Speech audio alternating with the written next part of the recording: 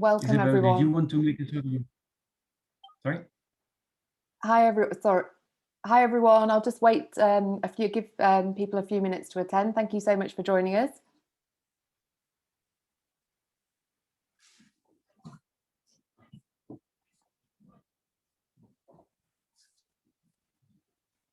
Great to have so many people here today.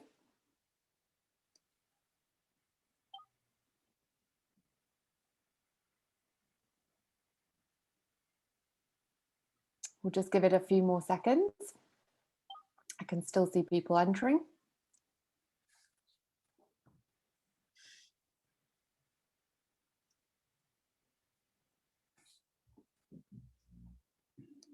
Brilliant. Well, I am delighted to welcome Dieter Michelson into the Collectors Lounge. Obviously one of our key sponsors for the lounge, so thank you very much, Dieter. And he is here today talking to us about the challenges of participating in philatelic auctions. Dieter was born in Dublin, Ireland. In 1981, Dieter joined the newly established stamp wholesaler, Philagenta. At the age of 22, he took over the management of the company, leading it to become a market leader in Germany. In 2002, Dieter took over the management of the auction house Heinrich Koehler. Since 2012, he has also been a fellow partner in the Koehler Group Global Philatelic Network. Privately, Dieter collects Irish postal history in the 19th century, this being the postage stamps of Great Britain used in Ireland until 1900, as well as hand-illustrated classic letters of the 19th century. Dieter, over to you. Thank you. Isabel, thank you very much for this nice introduction. I'm very happy to hold this webinar today. Actually, it's the first presentation in my life that I'm holding and not being able to see the people. So this might be good or bad, depending on the reactions I get on the screens at home. And I hope you've had so many nice presentations already, and I hope that this one will also bring some enlightening into your philatelic life. Actually, this theme, challenges of participating in philatelic auctions, will deal with both sides of the participation in philatelic auctions. That is both as a buyer, which I would start off with, and then towards the end as a consignor that you might sometime become, or your inheritance will. So we can start off with the bidding and buying part of participating in philatelic auctions. And one thing I can only draw to your attention is that you should be very, very aware and carefully study the auctioneer's terms and conditions. Once you've found a piece or two that you want to buy in an auction, don't be dragged away by your emotions and by your enthusiasm to buy it, but make sure that right in the beginning you know exactly under which terms and conditions you're buying. For instance, the first question is, in which status does the auction house act?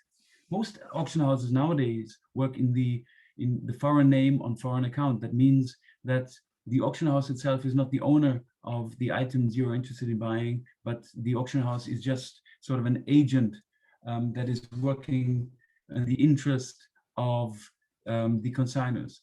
And this has an impact definitely on the taxation on the invoice. This sounds very theoretical, but actually it's quite easy.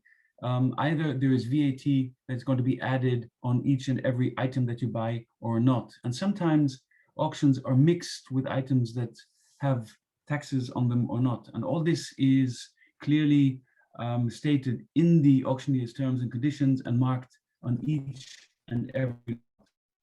So if an auction house is working under foreign name and foreign status and foreign account, it means that whatever item is sold, it's sold under the status of the seller. So if it's a dealer acting in the traditional taxation method, for instance, all the items sold of this consignor will be VAT added, and the low price is not the only thing that you have to take care of, but the VAT and the premium. So other things which are rather important is an item imported from a third country or not? Also, this is marked on each and every item, and its treatment is clearly stated, should be clearly stated in the auctioneer's terms and conditions. And also be aware of the percentage of the buyer's premium, which can differ from auction to auction. Be aware whether or not there is a separate lot fee. Sometimes it can be £1 or £2 or €1 or whatever. Insurance and postage are also very important when it comes to thinking on or evaluating on how much you're going to pay for a lot or 2 lots or 3 lots. The general rule is that you should always be aware that the knockdown amount of a lot is by no means the end of the story. The ultimate truth of your expenses is reflected on the invoice you receive auction house. And if you're not sure about how this will look, especially if it's lots that are, let's say, towards the higher end of your budget, you can always ask any auction house to send you a sort of a trial invoice where you can see all the expenses that will come up later, and then you will be safe of any bad surprises.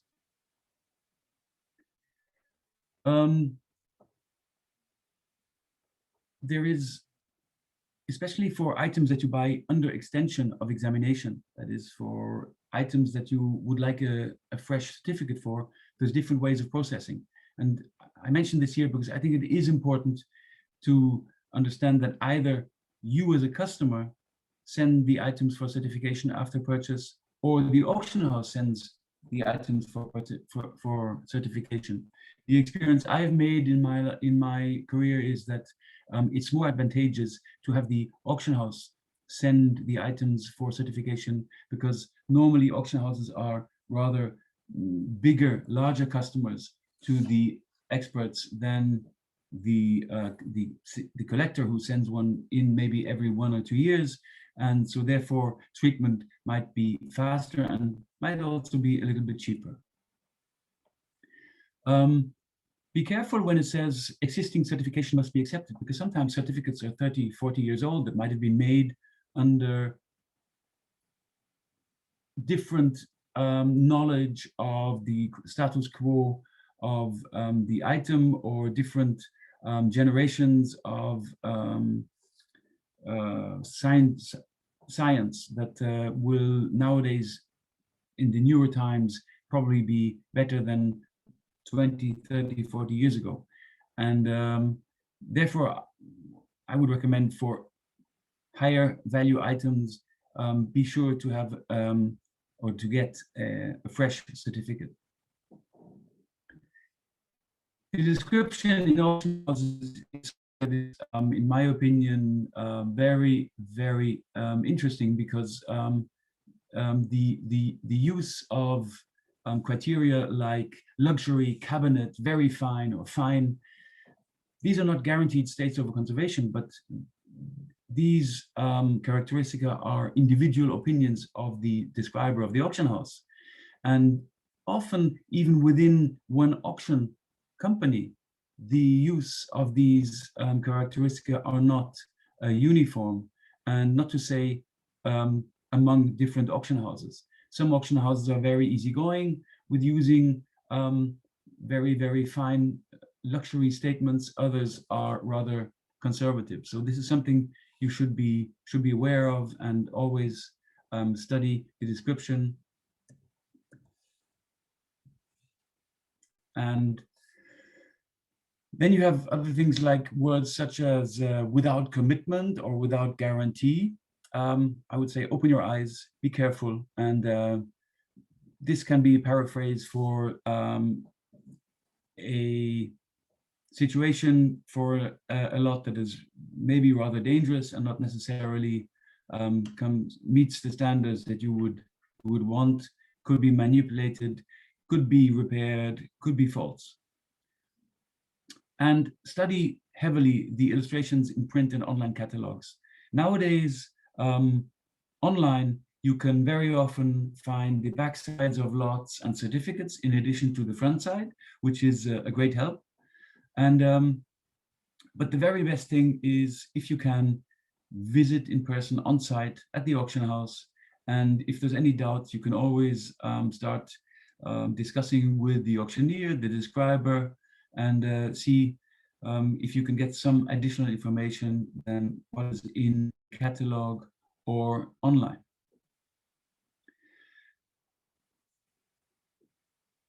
Very helpful is to see if a lot has been examined by a recognized expert, or even better, if there's a short certificate or photo certificate even with the item that is updated. So my recommendation, if there's no such certificate, always bid under extension and everything will be taken care of after you have bid. And the same, as I mentioned earlier on, is of course if the items have old certificate. Always remember that even if you study the images very carefully in the catalog or online, there are always people around who are very, very good in brushing up pictures of items that might have some patina or folds or whatever. So just really take care that you actually see what the item is like. And there's differences in the guarantees and whatever the auction house can do in connection with the difference between single lots or collection lots. Collections are generally excluded from claims unless it contains a warranted guarantee and the general terms and conditions do not conflict with this, or if a single lot within a collection is described and mentioned. How do you participate now? If you found your lot, you agreed to the conservation of the lot, and you really want to have it and you want to bid, there are several different ways in bidding. One thing that we experience a lot is that people bid with us in writing.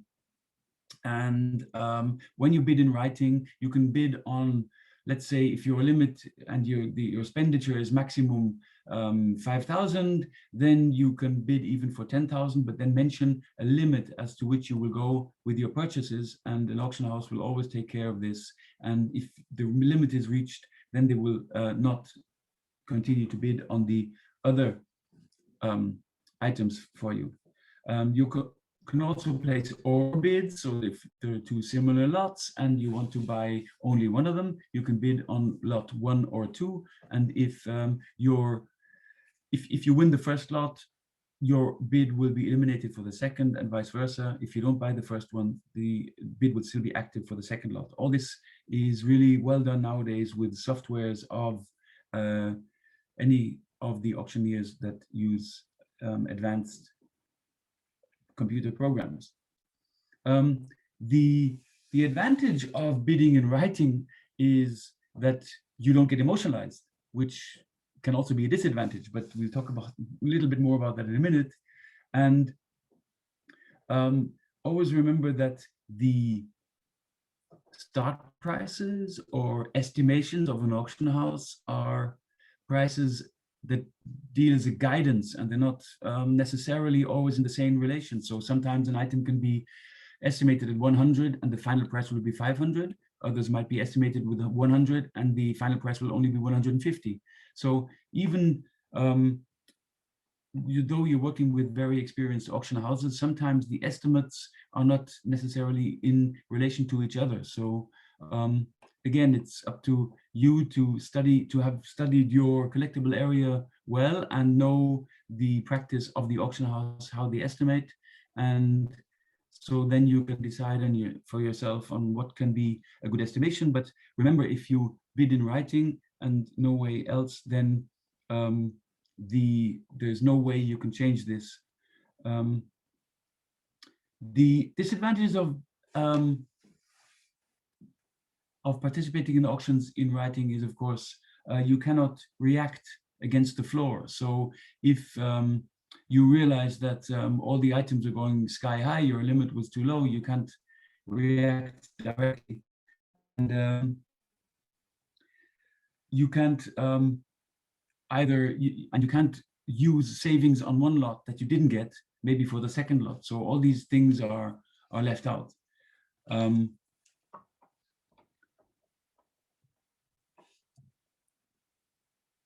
The other thing, or the other way of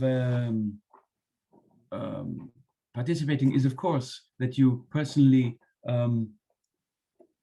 go to the auction and bid there on the floor. This, of course, is the favorite of all the auctioneers, because then we see what's actually going on, and we can see how you are reacting in the auction, and it really shows where is the interest for certain kinds of items. Of course, nowadays with the pandemic, sometimes it might be difficult in coming the auction, but then we have other possibilities that you can act in or interact immediately. Another nice thing about participating in auctions live and in the room is that, of course, you meet people who have similar interests to you. You can exchange experiences, you can talk, you can chat, and you can have a nice time. This is also something that philately is about, and we auctioneers love to see that our events are used as a meeting point for collectors. Something else that can help you if you're insecure and don't really know what's going on and how the floor might react is to go over the phone. If you only have 1 or 2 lots and you're far away from the auction house, but you want to have control, you can use phone bidding. That gives you sort of a safety that you know that you can act, and this is something that is used very, very often, especially in auction houses that work internationally, because people don't want to travel for hundreds of miles just to buy 1 lot. Another way in having your interests represented in the room is using agents. There are many agents worldwide that can take care of your bids. Normally there's a charge that is being invoiced for this, but of course the agent will need specific instructions from you. In particular, for instance, whether in case a lot which the bid is not sufficient, if he has some room to move, if he realizes that for certain collectible areas the market has changed in the last month since that auction. So I think the relationship with an agent requires a lot of trust and experience working together, so that the agent also knows how you collect and what you like and what you not necessarily value so much. A very, very modern, but not so modern, again, online is the online live bidding, which has become very, very popular. Let's say 12 months, and you have the situation where personal participation is not necessarily possible. The online bidding has become so popular that very, very often most of the sales, if not all the sales in the last times, go via online. It's very, very flexible. You can bid against the floor as if you were in the auction room.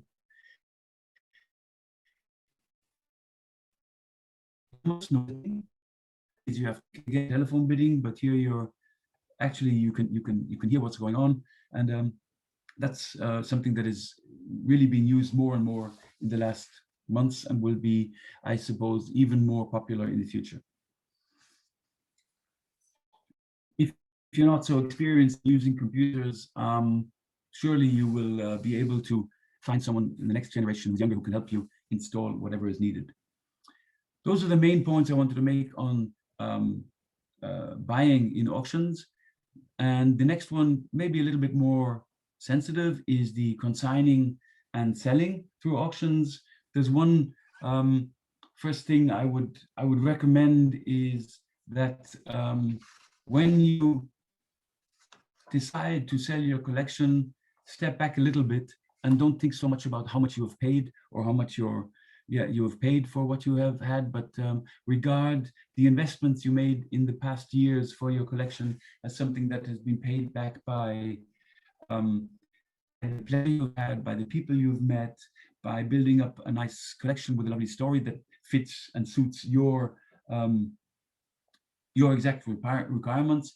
But if you go into the idea of selling your collection with the primer idea of making money out of your investment, I think that that will not necessarily make you happy down the whole line. So I think you should regard philately as the best hobby in the world that we all have together and that we share. But basically, it's no more, no less than a hobby, an educational hobby. So your return is not necessarily monetary, but emotionally and intellectually. So if you compare this with people who play golf, and at the end of their golf career, they think about getting back all the fees that they paid. I don't think this happens. Or if you go to 5-star restaurants and have great meals, I don't think that this is necessarily the goal of these people. So I think we should see it the same way. If you start looking for who is your best auctioneer, of course you have to see that the auction house has a good distribution. But first and foremost, I think you should have a good personal feeling when going there, and it's you must get on with the people, you must trust the people, and it's something that is very, very important from the word go. The first contact must be friendly, and you must have competent employees, especially on the philatelic side. You can always check this out by presenting your collection and seeing what kind of questions the auctioneer asks, because one thing you can be sure of, normally the auctioneer will not necessarily have as much knowledge about your very, very special collectible field as you have, but the describers normally are very good in learning, because they have a lot of experience in learning about new collectible areas. Something that's very, very important is the credit standing of the auction house that you choose. You want to be sure that the collection you hand over today, in several months, you want to have the money back that has been generated through the auction. So just check the credit standing of the company you're working with. There's many possibilities to do that. And then check out immediately, does the auction house really know my area? And is there a good library? Are there good auction catalogues that can help the company along to describe the material and find provenances? Are there freelancers they can use for your special area that you're consigning? All these kind of things are of great importance and should be cleared in your first discussions. Of course, we have the printed catalogs, which are something that are very important. First thing to ask is there a worldwide distribution? Not necessarily the number of catalogs that are printed is the most is the important key, but definitely the worldwide distribution. Where are they sent?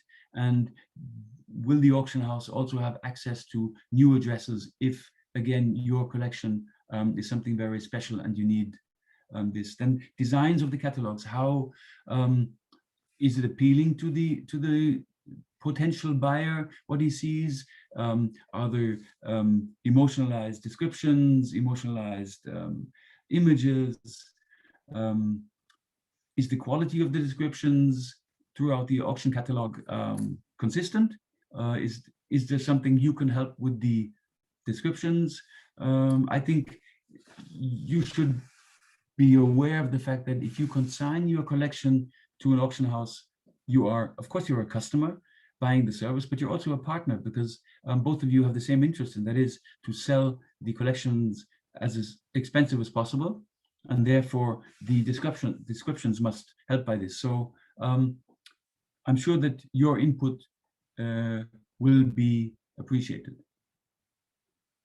The pricing should be possibly on the same level for whatever item is given. Of course, auction houses will never start the items with the highest price they expect to get, but the start prices should be consistent with throughout. So if an item is worth 500 and the auction house tends to start these kind of items at 300, and an item is worth 400. It should be started with not necessarily 400, but again, something in relation to what can be compared to the start price of the item, which will sell for 500.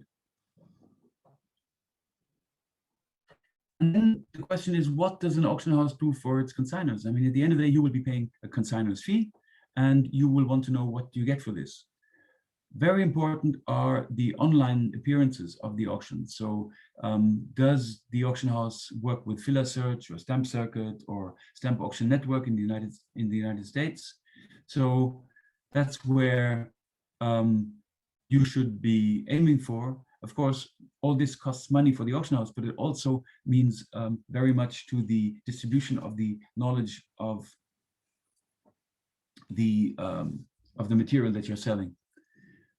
I talked about credibility earlier on. Of course, also be out with advances. So if you bring your collection, will the auction house be prepared to pay you in advance for your consignment?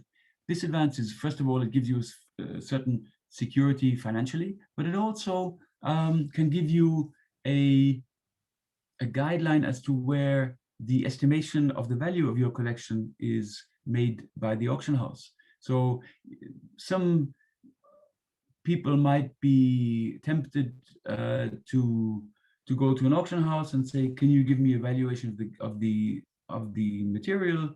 And the auctioneer will give you a huge value, which is, let's say, 100,000 or 200,000. And then when it comes to advances, then an offered advance should be in relation with that. Otherwise, you cannot believe that the estimation made by the auctioneer is necessarily realistic. So if somebody estimates your collection at a value of 100,000 and he offers you an advance of only 20,000, you should have doubts as to what the evaluation of the value of the collection is.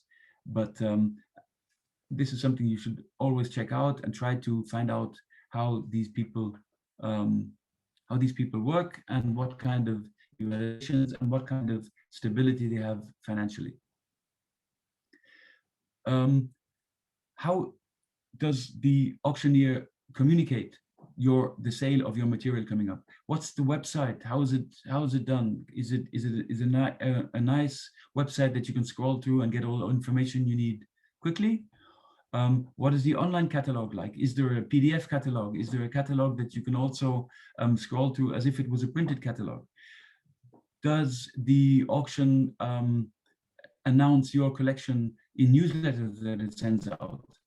All these kind of things are of importance for the treatment of your collection and for the possible success that it will have when you sell it. What kind of other marketing activities can you discuss with the auctioneer, like special catalogs? Does my collection qualify to be offered in a special catalog that will have high attention and will be used as possibly as a sort of a handbook later, or will never be thrown away by a collector? These kind of things are so important when it comes to bringing attention to your collection. Of course, some collections are standard collections that not necessarily do they need to be offered in such a way, but many do qualify for it. And you should just check out, does my collection qualify for this? And talk about this openly to the auctioneers. What kind of a network does the company have? Does it have contacts to important freelancers or other companies and experts? If my collection is sold in Switzerland or in Germany, will it also be advertised in other parts of the world, in Asia, in the United States, all the important markets of the world? This is something that can make the difference, because very often your collectible area is a niche and not collected by so many people, but you have to be sure that your auction house will reach those people who have the same collectible activities that you have. What's the description facilities of an auction house besides the contents? Are they also capable of making descriptions in English, Spanish, or French, depending on what is the main area where the items are collected?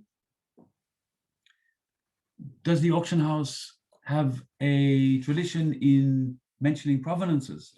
You heard a lot about provenances in the past days. This is something super important that can only be helped by a very, very good auction catalog library, but also register card index.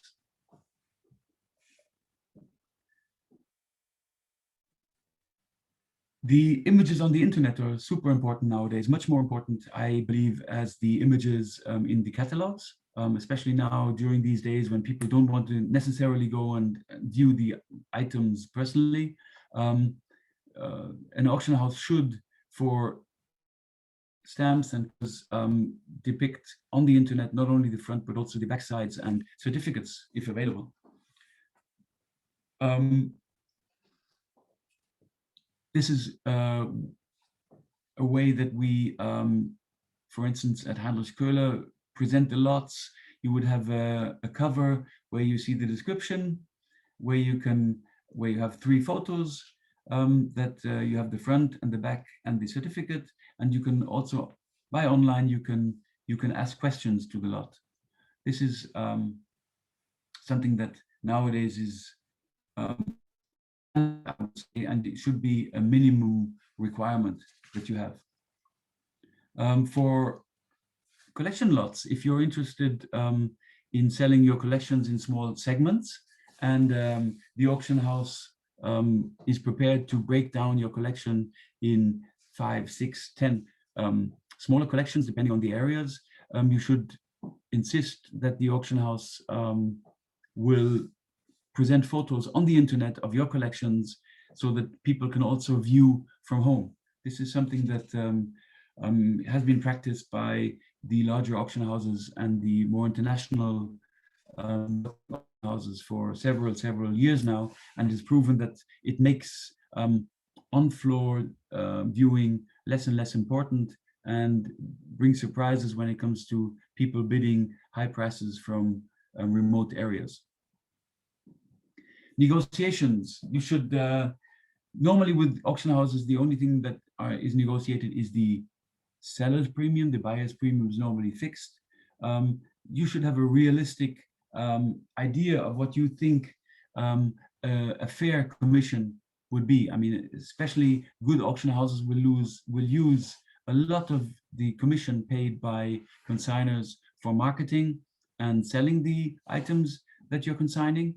And nowadays, I would say commissions vary between 10 and 25%, depending on what you want to sell. Sometimes you probably will be able to get an even better commission depending on your negotiation power and the flexibility of the auction house.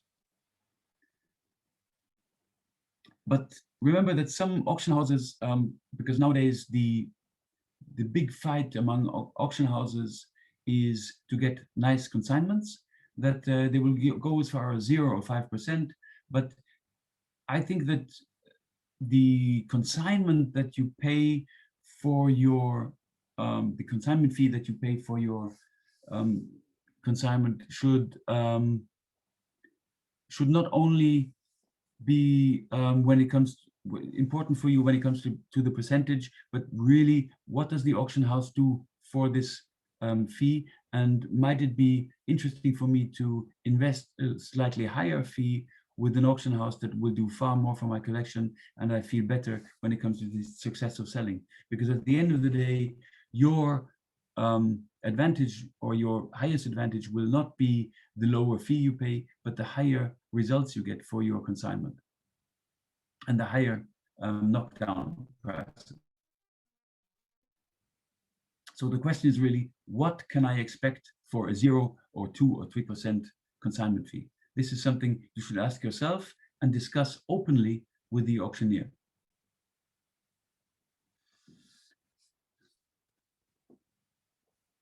So I think it's very, very important to have an open talk with the auctioneer and discuss with him what will you get for your fee, because after all, you're going there as a customer, you give them your collections and you're paying a fee, and you should know what they will promise.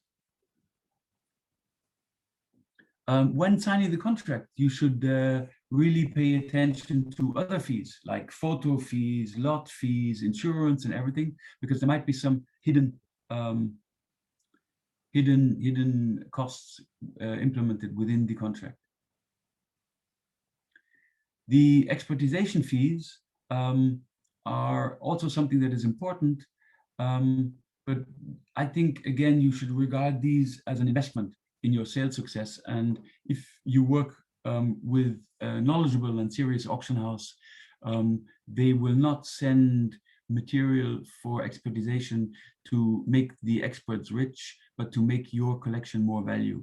So if you invest 500 for expertisation fees, you should be convinced that these 500 invested will bring you results that will be more than 500 at the end of the day when the items are sold.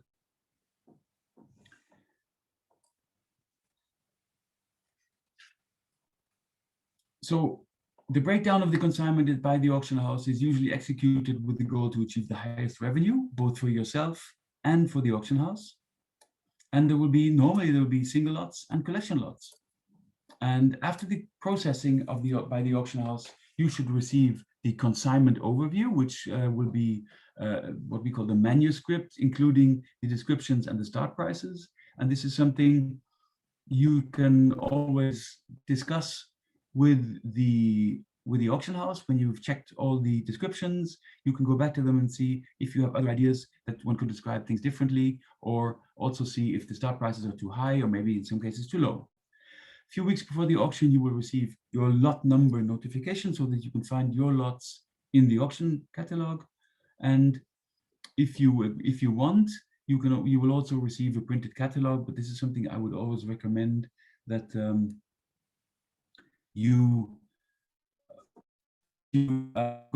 this is something you will always be able to remember when you sold your collection. And after all, selling a collection is part of collecting, and it's just the final point. So it's always good to have a memory of this, if not anything else.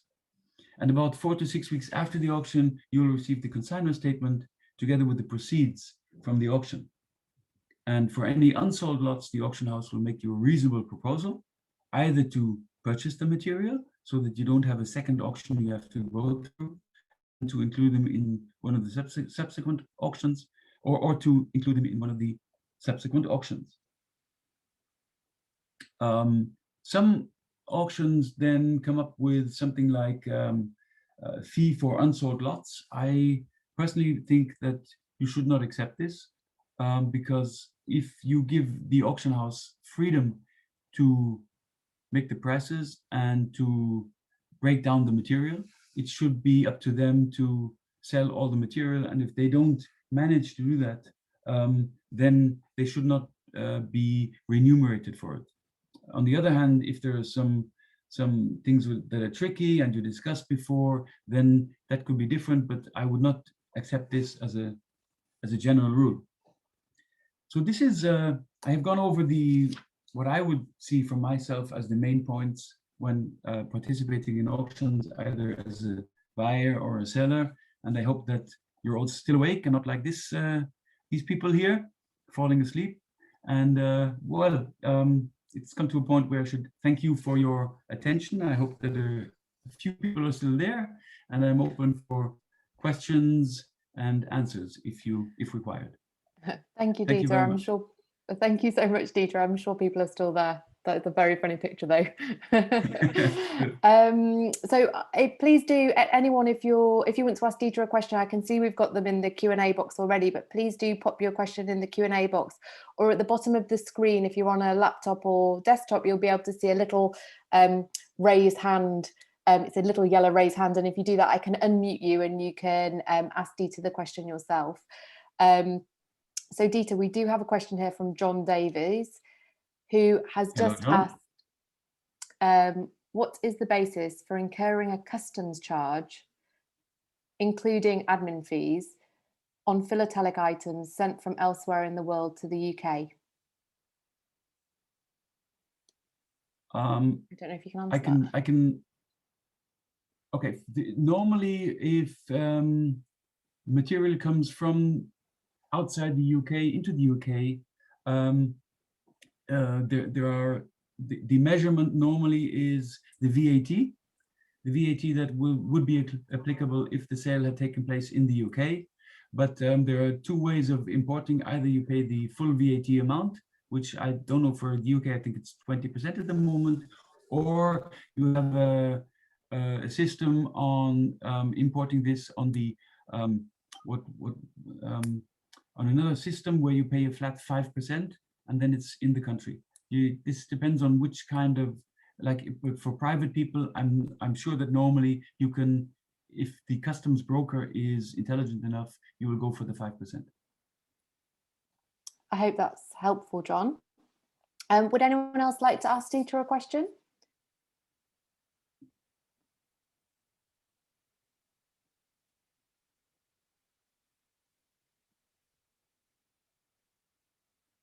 Brilliant. Well, thank you so much, Dieter. That was excellent. I believe, will you be popping back to your booth after this? Yes, I will go back to the booth and then I can see if some people have some individual questions that we can go over. Exactly. So if anyone wants to ask Dieter a question, please do pop over to the Heinrich Koehler and Koehler booth. And yeah, thank you so much for joining us, Dieter. I hope you have a good afternoon. Thank you. Thank you. Bye. Thank you. Bye-bye. Thank you.